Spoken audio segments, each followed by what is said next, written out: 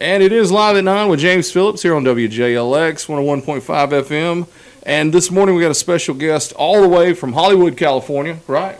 Yes, sir. Linc Hand. Linc, I appreciate you coming in today. Thank you for letting me. Walker County native. Yes, sir. Corner High School graduate. But best known now for being in 80 films, is that right? In television little over at this point. Yeah, a little over. I mean, that's pretty wild to start in... It's crazy. East Walker, Alabama, and now be a Hollywood star. That's pretty cool. Well, I mean, I love you saying star, but I mean, you're not Dwayne Johnson. We're not saying you're The Rock or anything, but for East Walker County, it's a pretty big deal. Listen, I'm very proud and very, very happy with the stuff I've accomplished so far, and excited for what's next. Yeah. Now, where did it all? I know where it all started. It all started with your lovely mother, for sure. But yep. Tell us about the early days and what made you want to go into acting. So when I was a kid, my mom and dad owned an advertising agency, and I was rambunctious and probably had a whole lot of ADD. And I was running around. They were auditioning for a young kid, and I kept coming into the room, and my mom was like, why don't we just let him read, so then he'll get bored and leave us alone.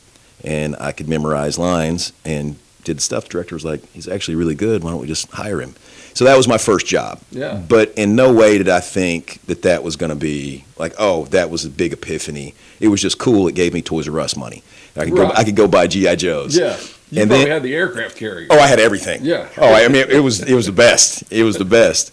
And but then as I got older, I thought I was going to play sports the rest of my life, and then that didn't happen. And watching movies with my dad, I used to watch action films with my dad, and I always kind of thought like how cool that would be to do that. But that was somebody else's dream. I grew up out here. Right. And it was like that's somebody else goes they're doing that from when they're little kids, and they're born into it, and it's a unicorn kind of thing. And then I was dating a girl, a movie came to town, and she got an audition, so I drove her to it.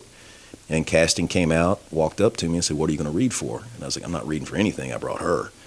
And they were like, "Okay." And then they hand me pages, and I was like, all right, well, I go and audition, and I get the job. And I'm like, well, I'm just going to go to L.A. and be a big star. Right. And long story short. And it was going to be that easy. Right? Yeah, exactly, because I was so dumb, I had no idea what I was getting into and had no idea about the business or anything.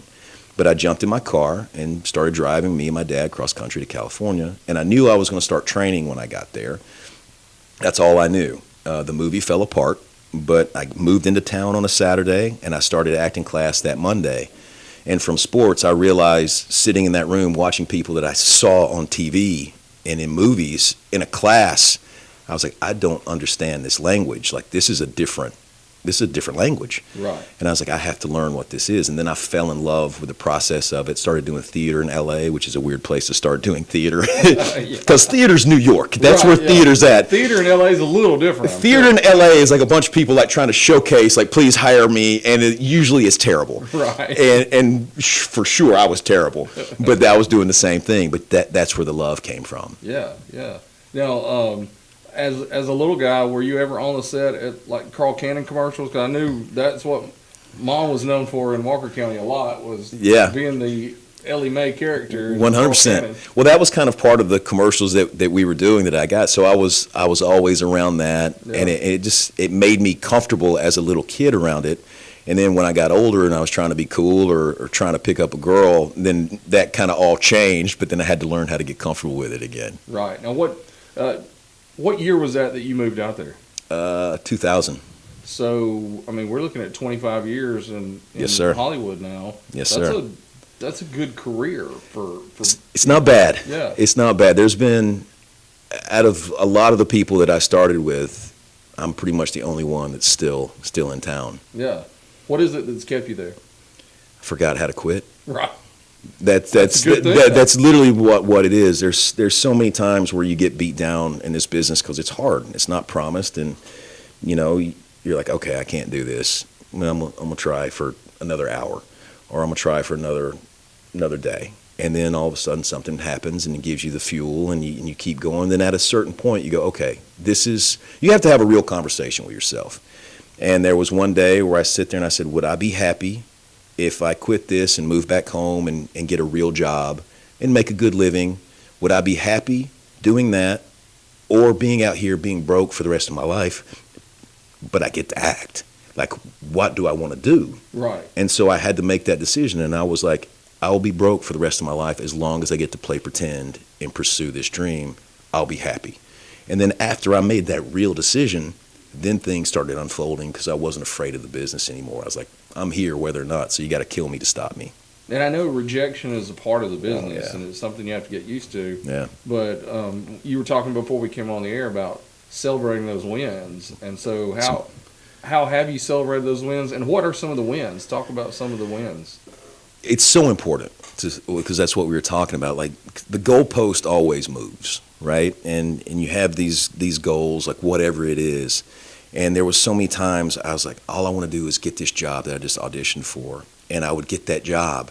And I would celebrate for literally 5 minutes that I was on the phone with my agents. And then the moment I hang up, I say, okay, well, that's what it's going to lead to this.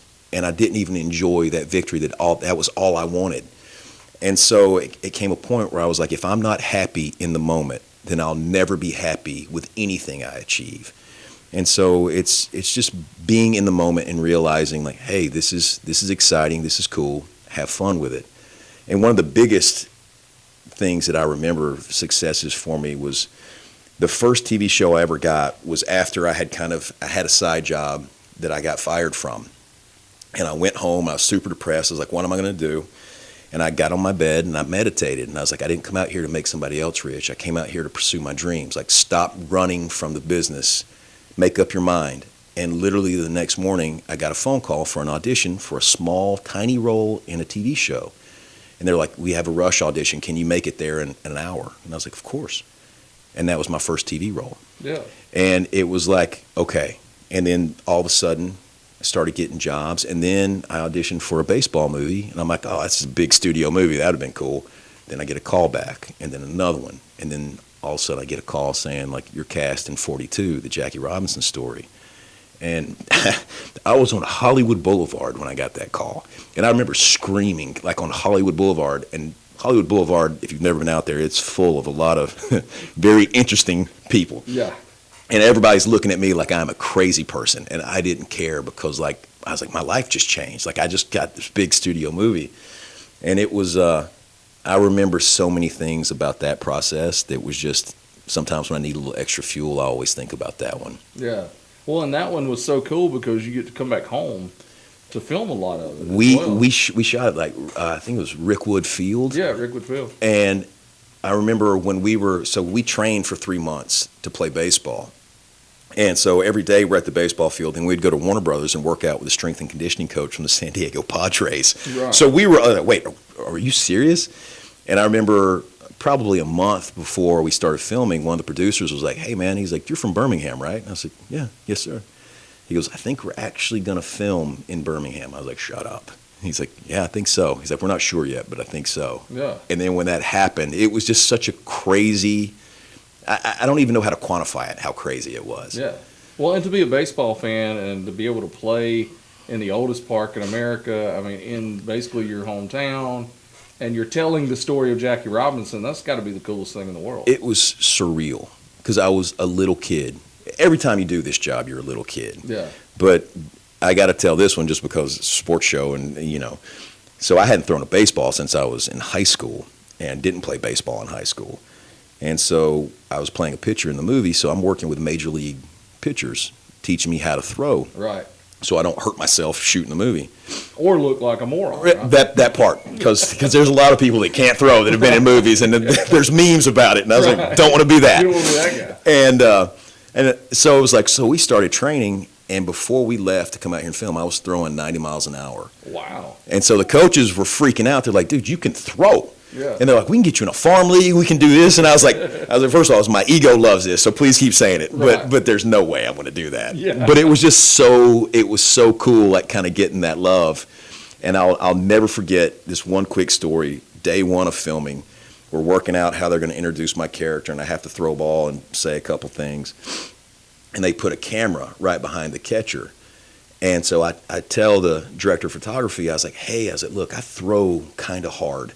And I was like, there's 2,000 people in the stands. I said, there's this. I'm nervous, and I'm fired up. I don't want to dart it right through the camera and break a $5 million camera. Like, right. are you going to put something in front of it? And I'll never forget it. He looked at me and smirked. And he's like, son, he goes, we shoot car crashes and big explosions all the time. We're good. And I was like, yes, sir. And so everything gets set up, figure out what we're going to do. I go through my action, and I step into one, and there's full adrenaline, and I just pelt it, and it goes right down the gut. Big pop through the thing, and there's a cut. And I look up and I see the DP start moving around, and he goes, guys, I need time. I got to get a shield up.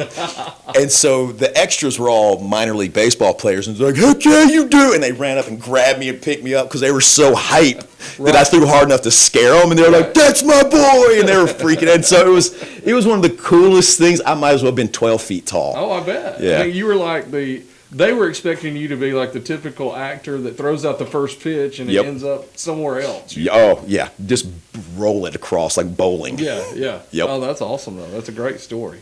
And now you're back in town, and you guys had a big red carpet premiere yes, sir. Over the weekend at the Summit. Yes, sir. For Hollywood Grit. Tell us a little bit about Hollywood Grit. So Hollywood Grit is a film noir, which it's like an old-timey feel but set in present day. And it's about a disgraced former detective who's trying to rekindle his relationship with his daughter, who's a jazz singer at this kind of seedy nightclub. And his daughter goes missing, and he's trying to find her. And then there's tie-ins to the mob and, some dirty things going on at this club. He starts trying to piece it together. And I play a detective with Tyrese Gibson, and we're trying to keep him out of it so that we can do our jobs. And so we keep butting heads throughout the entire movie as he's trying to figure out what's going on, and so are we. Oh, that's cool. Really cool. It's a lot of fun. There's a lot of twists and turns. There's a lot of action. There's comedy. And it's just so, like, if you go watch it, you will have fun, which to me is what it's about, going to the movies. Just have a good time, enjoy yourselves, and you will be surprised at the ending. Right. And it's playing in AMC theaters around Birmingham now. It's at select theaters, so you just kind of have to check your local listing and see if it's at the theater next to you or if you need to drive a couple extra minutes to go check it out. But it'll be worth the drive. Yeah. And hopefully, we're in theaters until Thursday. We're an independent movie, which means we don't have the backing of a big studio to throw like $300 million at us to go do PR all over the place. Right. So when people go, it makes a big impact. And so AMC could extend it and keep us in there a little bit longer, which would be huge for us. So we're trying to make as much noise as we can the short time that we're in the theaters. Yeah, definitely. Anybody listening and watching on social media, go check out the trailer for Hollywood Grit. Just do a Google search for Hollywood Grit. The trailer is really cool. Like I watched it over the weekend. I hated I couldn't come to the premiere, but the trailer looks really good. And I'm a big film guy, and I love indie films. And this one just looks like one of those throwbacks, like you said. Well, the director Ryan Curtis, and he's told his stories.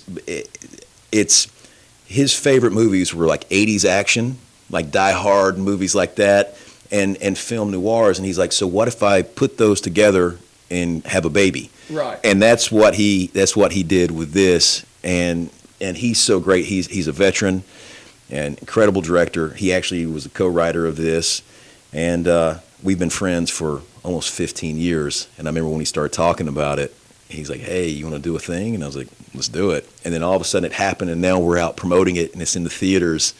It's so cool. They wrote the music in this movie, so the music is all original. My wife is in the movie, and she also sings a couple of the title songs in the soundtrack, and she's insane. And so as an actor, to get a job, it's a blessing, but to get to work with friends and also to get the chance to work with my wife, like that's like winning the lottery 7 times in a row. Yeah, I mean, that's basically unbelievable. 100%. Yes, sir. You play a detective in the film, and we had talked before we came on the air. You've played detectives, police officers, or special ops type people. Like, where does that come from? I think it comes from, my dad used to be a fighter way back in the day. And so I kind of grew up training, doing that kind of stuff, learning how to move. I was always an athlete.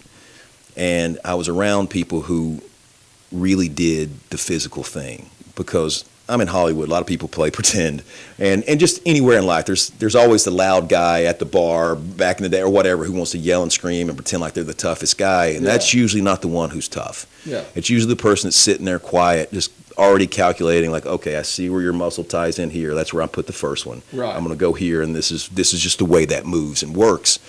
And I think that always kind of translated, because when I first started trying to be an actor, I wasn't comfortable being emotional. Like, because I was an athlete, I was a man. Like, you don't show emotion. That's no. And so I was comfortable locking in and being serious and going, okay, well, I'm just going to beat the crap out of you. Yeah. And so that I ended up getting a lot of those kind of roles where I would be the heavy, or I'd be the cop. They would have to come in and break up something, and it just kind of worked. And then as I started getting my craft where I could do more things, then it just translated into being able to play those roles with different edges and different things. Yeah.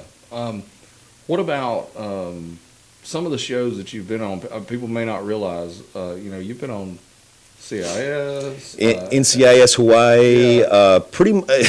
I've been on CSI. My God, there's one of my favorite shows, Justified. You were in it. I did an episode of Justified. Yeah. That was so much fun. That was potentially going to be a recurring thing, but it ended up not working out, which is part of the business. Right. But there's been so many shows that I have done at this point. Like, friends of mine will be watching TV, and in the middle of the night, I'll get a text message with a screenshot. They're like, dude, when did you do this? Right. When were you in True Blood? Yeah. And I was like, And it's kind of one of those things, like we talked about 42. I was at Kimmel, and I was working, and 42 was in the theaters. And there was a group of ladies sitting in the audience, and they're staring at me. And I kind of figuring out what they're thinking, and they just keep staring and staring. I was like, can I help you guys with something? And they're like, has anybody ever told you look like the a-hole from 42? And I was like... And that's what you're known as. And I said, yeah, people said that. And I kind of make this smirk, and this one lady grabbed her friend. She goes, oh, my God, that's you. And I was like, yes, ma'am. And so, there's so many times when you see somebody in a movie or a TV show, you could be sitting in the room with them, because they're out of context, you have no idea. Right. Because I've had people that I didn't know talking about a show and talking about a character, and they were talking about me, and I'm in a ball cap, and I'm sitting there talking to them. I was like, that was actually me. And they're like, what? So it's kind of funny. Well, and being the a-hole in 42 would, that's a true life movie. Right. Was he really an a-hole in real life, or like I didn't look up that story to see if that's the real story or what? Well, here's the funniest thing. So we do the movie, then it comes out, which is all the exciting stuff for an actor, right? And then the next day, I wake up to my phone is just getting pinged, and I look, and then there's an article on TMZ with a photo of me from the movie with this man's family, saying he was not this guy, he was not this mean. And so immediately I text Warner Brothers PR like they would care. Right. They're like, this was on TMZ. They're like, it's fine. You're okay. Don't worry. You're good, buddy. like it was Harrison Ford getting talked about or something. Yeah. But it was so funny. Yeah. It was so funny. That's funny, though, because I didn't know for sure if that was a true actual thing that happened, or if it was kind of a take in the movie. But I'm sure his family wasn't completely happy with the portrayal. Exactly. Yeah. Nobody wants to think that their family member was anything other than a hero for the most part. But that just says you did a great job with the role. That's the way I look at it. If your job as an actor is to walk into a room and have a 5-year-old girl beat you up, that's your job. Right. Or if your job is to go in and be mean and make people hate you, and then people in the theater's like, yo, I want to punch that guy in the face, you've done your job. Just like if you're supposed to be the hero and you walk in and save the day, they go, I buy it. Right. I buy that Bruce Willis just walked in and saved Christmas. Yeah. Yeah. And that's the job. And so when somebody says that, you got to have pride in that. She's like, yeah, great, I did my job right. Right. Well, you brought up Kimmel, and that's what I want to take a break right now real quick, hear from our sponsors, and then come back and talk about your side gig at Kimmel. Yes, and then just the support system that you have around you, including your mom, your wife, your dog. Right. Our folks need to hear about those. It's important. Tender side of things. 100%. Right? Let's do it. All right. Well, let's take a break real quick here on Live at 9 with James Phillips, and we'll be right back on WJLX.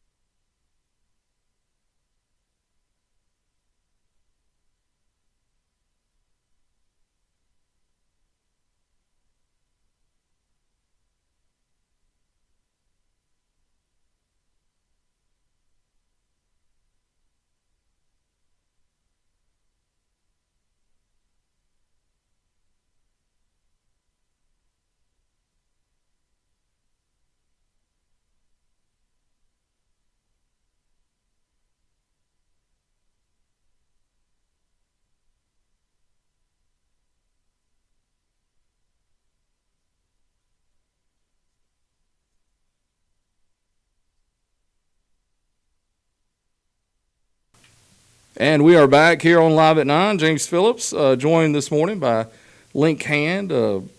We say Hollywood actor, right? Yes, sir. That'll work. Is that what's on your business card? 100%. Yeah. 100%. My email signature. Yeah. Right before we went to break, Lincoln mentioned his side gig with Jimmy Kimmel. And I think that's something cool for you to tell folks about, just kind of what you do there and how that came about. Well, in L.A., when I moved out there 25 years ago, nobody ever talked about their jobs because you weren't supposed to have a job other than acting. But people had to survive, so everybody had side jobs, just nobody could talk about it. So I've had every kind of job from I ran the door at nightclubs, security at stuff. Right. I was a telemarketer for a hot minute, so I'm sorry.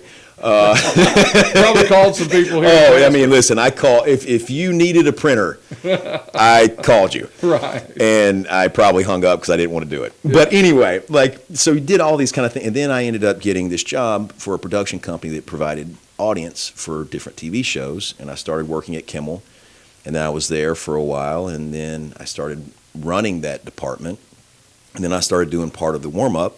And as I was doing that to survive and get a commercial here or these different things and training, then my career started to progress.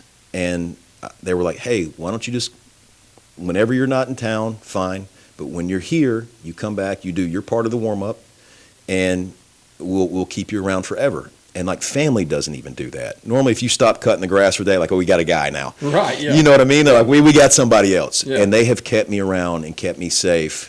And because I don't do good sitting at home, and it's been such a blessing, and it's just such a cool place. Now, for people who don't know, the warm-up is before the show starts. It's exactly what it sounds like. Somebody comes out, and you warm the audience up, get them all ready and jumping and clapping. It's kind of letting people. What's your part of the warm-up? Yeah, it's basically that. It's letting people know, because audiences, when you go to a show, they don't know if it's okay to laugh or, it sounds kind of silly, but you're letting people know, hey, this is what we want. We want you to respond. Because it's like on radio, if we just sit here and nod at each other, then nobody knows what's going on. Exactly. We need to hear that. Yeah. And so the TV show, they want the audience to be responsive because that makes the show better, and it makes the host excited. It makes the guests feel comfortable when they come out. So it's letting people know, like, hey, we want you to have fun. Don't yell out. Don't be stupid. But have a great time. Enjoy yourself, because it's a mutual symbiotic kind of relationship. Yeah, so you're basically setting the atmosphere and the tone for the entire show. Yes, sir. Trying to. Yeah. What's been some of the coolest things you've done as far as Kimmel goes? There's been so many. Because you're on camera a lot of times too. Yeah, I get to do a lot of skits for the show, which is really cool, and that's been such a blessing. But I've seen some of the best music in the world, like some of the biggest, like U2, The Killers, like you name the band, I've seen them up close as me and you, on stage, running around doing stuff. That's been amazing. Like some of my biggest heroes in acting or people that I've wanted to meet, I would see them on the show. And then as I started working, all of a sudden I would work with a person who was a guest on the show. And then I'd go hang out in the green room like I was super cool. Like from 42, when Harrison Ford came to the show to promote it, the segment producer that produces the segment with whatever actor is on, he told him that I worked there. And Harrison Ford was like, what? Linc works there? And he treated me like we had been friends for 30 years. Right. So I go hang out with him and his wife in the green room, and I'm sitting there hanging out with Harrison Ford. I'm like, hey. And we're close to the same age, so I mean, you're hanging out with Han Solo. 100%. Yeah. 100%. Or Indiana Jones. That's what you're thinking in your head. 100%. Yeah. And so it was surreal, and I've had that opportunity multiple times. And, Chadwick Boseman, when he came to promote it, we were hanging out because we got close the 3 months where we were doing the baseball training. And then when we filmed, and then he got Black Panther, and he came to promote Black Panther. And it had been a while since we seen each other. And I went down, and me and him were hanging out in the green room, and it was being able to ask him questions about what it felt like to make that leap. And he gave me some really wonderful advice, and it was just so cool to kind of have those experiences that I can't put a price on that. Right. And that kind of role, going from 42 to a Marvel and being like the guy in the Marvel movie, that's meteoric almost. Oh, 100%. And so now we got to start the petition to get Linc Hand I'm in the Marvel movie. I'll sign it. I'll sign it. I don't care what you're playing, just get you in there. Listen, there's, it's yes, all of that. Yeah, all of that. My goal and my dream is I want to carry an action franchise. Like that's one of my goals. Oh, yeah. Like perfect world, go do an action franchise that does really well, like Jason Bourne. Yeah, and then be able to do like some artsy where I just cry the whole movie, kind of films that nobody expects me to do, right. and get some Daniel Day-Lewis kind of skill in there or something. Yeah, that would be good. Yeah. Talk a little bit about your support system with, I know your mom has played a big role throughout your life, and your wife and your dog. You got to talk about your dog too. So I'll start with my family. I've been so lucky when my dad was still alive, like the wisdom and stuff he would give me when I'd be down on something. Because my mom was always the dreamer, and my dad was always the pragmatic, this is the business side of the way you got to do things. My mom's got a great business mind, obviously, but she was always the big dreamer. And so I could lean on her on the big dream conversation. Yeah. And she gave me, it's going to make me cry, but like she came out to watch me in a play, and she brought like Roger Rabbit. And she's like, she told me before the show, she's like, always believe in make-believe. Yeah, that's awesome. Yeah, dude. And so like that really stuck with me and resonated. And then I'd have my dad to lean on. And it's such an important thing to have a support system, because just somebody going, hey, I'm never going to let you drown, but you got to figure it out. It just gives you so much strength, because you got to be able to stand on your own 2 feet, but knowing if you fall, somebody's going to give you, hey, got a little support.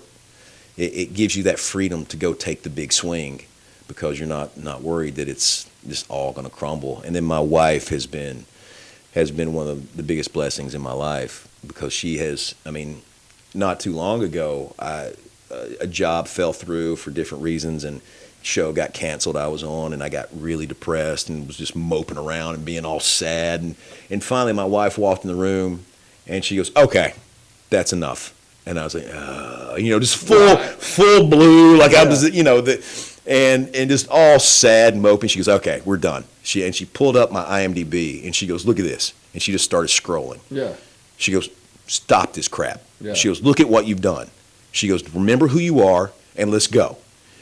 And I sit there, and it just kind of snapped me out of that feeling sorry for myself mode. And I was like, okay. I said, I'm going to whine for the rest of the night, and I'm going to eat a bunch of crackers and some peanut butter, and then tomorrow morning we'll get up and we're going to be on point. Start over fresh. Yeah. And she's like, okay. And she walked in the other room, and the next morning I got up, gave her a hug. I said, I'm ready. Let's go. Yeah. And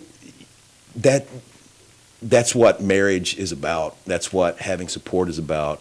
And then our dog, he's a Siberian Husky named Lex, which is just a stud. He's a furry human, and you can't convince me that me and my wife didn't birth him. Right. And he is a Disney character.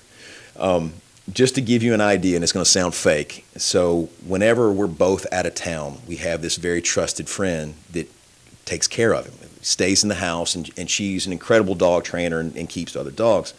But she's got one rule.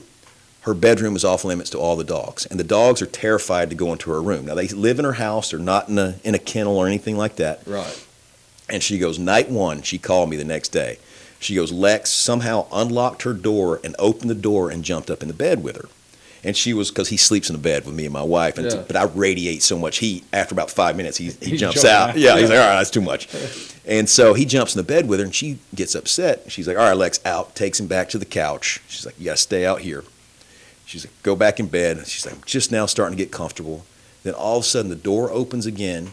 Lex comes running in, and the other 8 dogs that she had, that she'd kept for years, that would not cross even if she asked them to come in that room, they trotted in that room like they lived in there. She goes, he was literally a Disney character, Pied Pipering the entire pack of dogs in and just convinced them. And she was like, they took over my bedroom. She goes, I had to sleep on the couch. I see it being like Secret Life of Pets. And he walked out and said, hey, listen, you can really come in here. Look, we can do this together. We can make this happen. Right.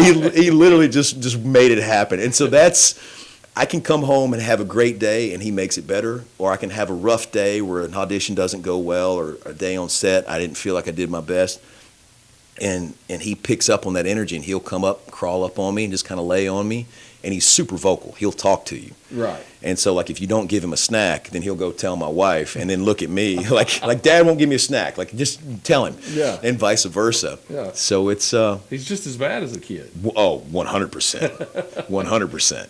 But probably more unconditional love than even a child. Yeah. Oh yeah. You know, the dog is always there for you. Always, no matter what. Yeah. No matter what. Oh, Best that's thing awesome. ever. And I tell you what, you're a great actor.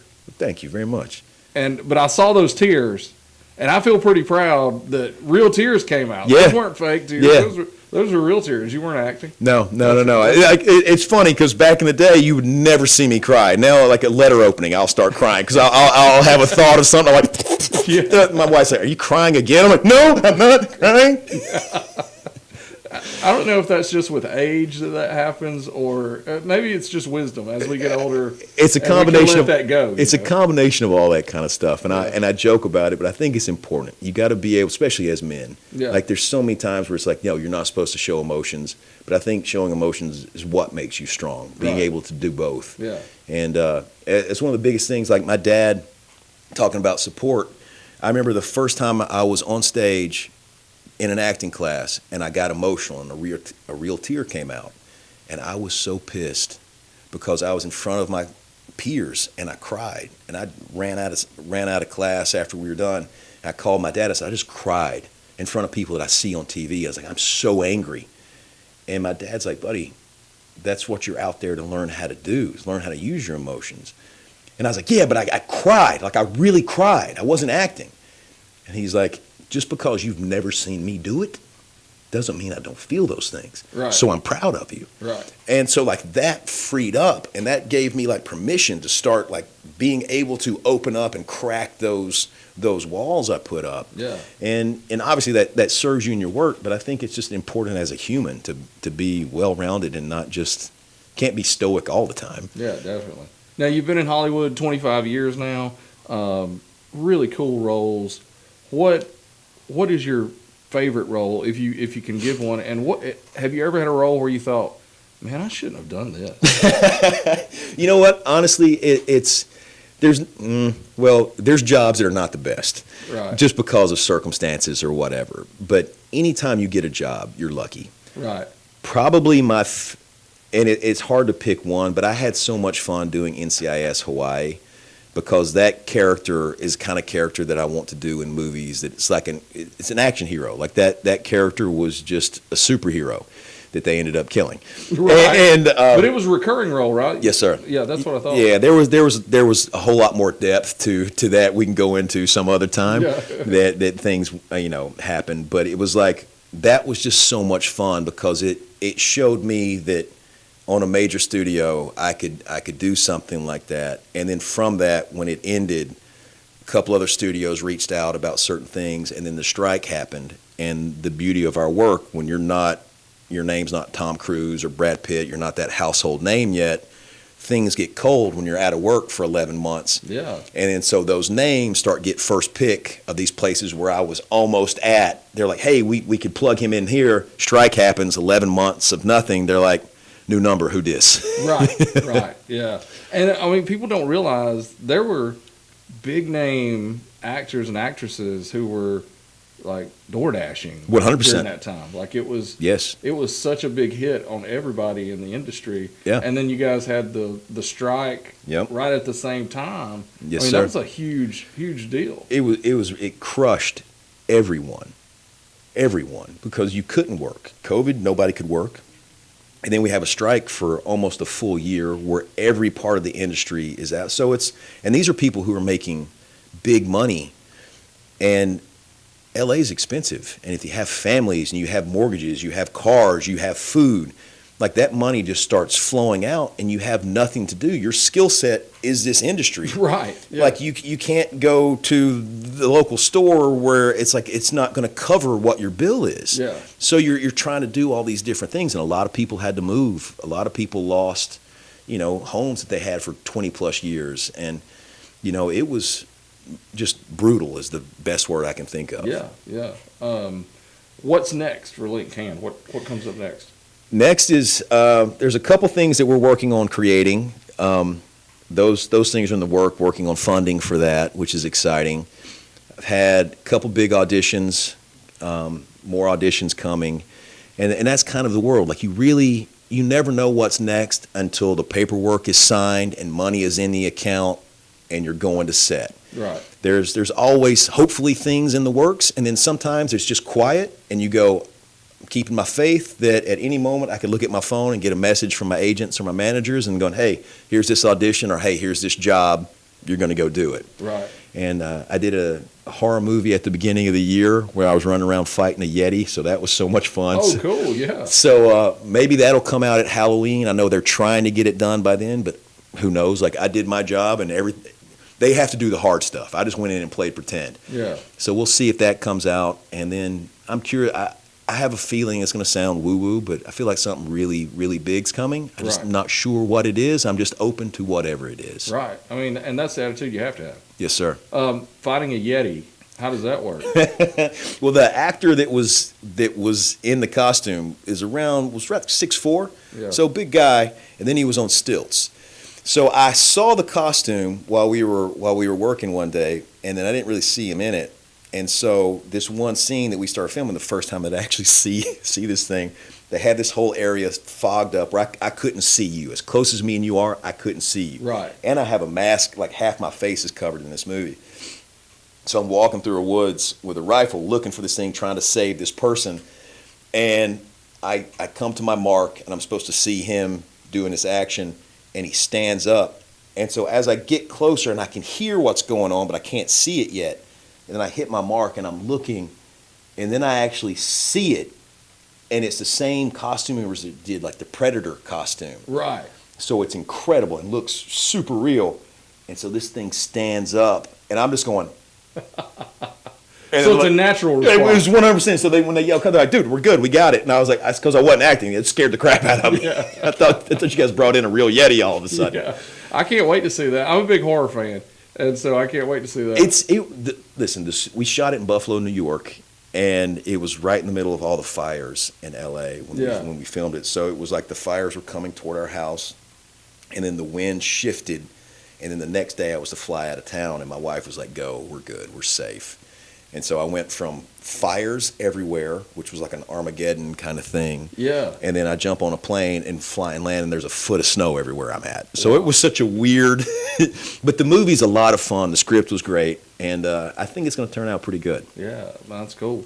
Tell us a little bit more about Hollywood Grit. Just what should people do to go watch it? And will it be on, like, once theatrical run? Will it hit digital quick? It'll do digital. I don't know exactly when that's going to happen. Hopefully we're going to be in the theaters a little bit longer. Right. So what you can do, what really helps us out is, one, go to the theater if you can. Like, I know sometimes that's tough, but if you can, please, you'll have a great time. Go to AMC, check your local listing, see if it's in a theater near you. And if you do go watch the movie and you like it, go to Rotten Tomatoes or Letterboxd and rate us. Because when you're an independent film, those ratings mean so much. Because it shows the studios, it shows the investors, it shows AMC, hey, people like this movie. Let's keep it around, see if it catches wind, see if it catches fire. Right. And that's how you help us independent creators make more like original movies. Yeah, and that's what we need more of.